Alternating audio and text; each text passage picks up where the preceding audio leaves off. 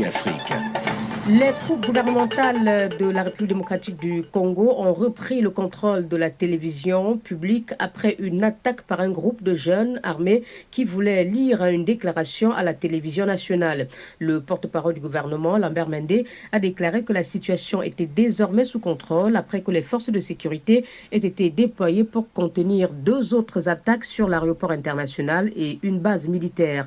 Les rapports indiquent que 40 des assaillants ont été tués et les chaînes de radio et télévision publiques sont désormais de retour. Les précisions à Kinshasa avec notre correspondant Lubunga Biaombe.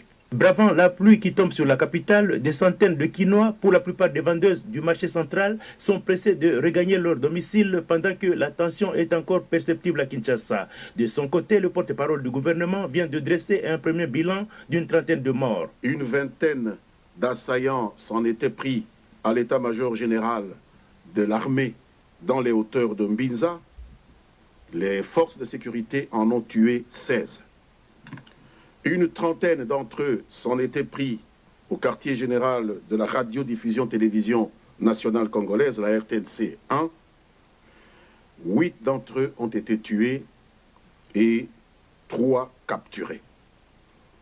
Une vingtaine encore s'en étaient pris à l'aéroport international de Njili.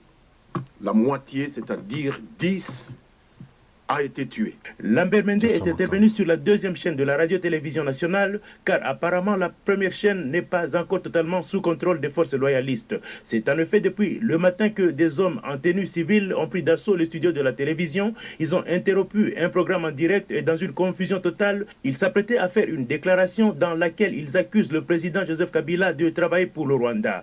Pour le moment, la circulation reprend timidement et des patrouilles mixtes composées des éléments de la police et de la garde républicaine sillonnent la ville. Dans plusieurs quartiers de la capitale, des petits groupes se forment spontanément où les gens commentent les récents événements. Selon certaines spéculations, le mécontentement...